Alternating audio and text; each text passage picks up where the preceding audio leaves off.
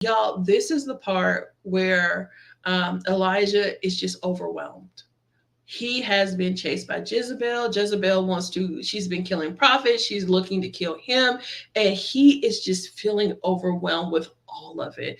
And I know I have been in a place where I am right here with Elijah, where I have just been laying around and going, God, I don't even want to get up. I don't want to move. I don't want to talk anymore. I don't want to pray.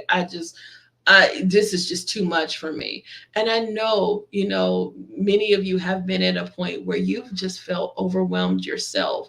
What really brings me joy about this was that God didn't leave Elijah in this place. What God did was he really began to, he sent his angels to minister, to feed him in the natural and in the spiritual, and make sure that he was ready, because the journey, you're not done yet. You're not at the end yet. You got to keep going. So I need to make sure you're prepared for where you're going to next. And there have been times where I had to get into my word or pray, or God had to give me a word or send somebody to give me a word to encourage me, to keep me from, just totally tapping out, but to be able to go, okay, well, the journey's not over yet. So, let's go ahead and put on some praise music.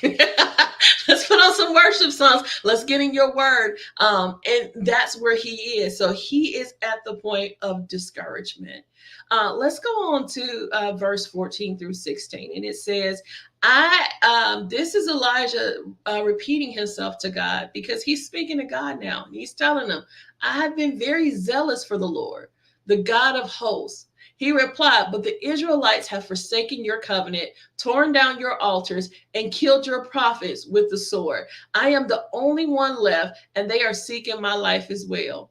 Y'all, there is something about the ability, and I didn't realize this too later in my Christian life. I was raised in church, and so I realized the blessing of that, but I never really knew that I could come to God and have a real conversation with him until much later in my Christian walk.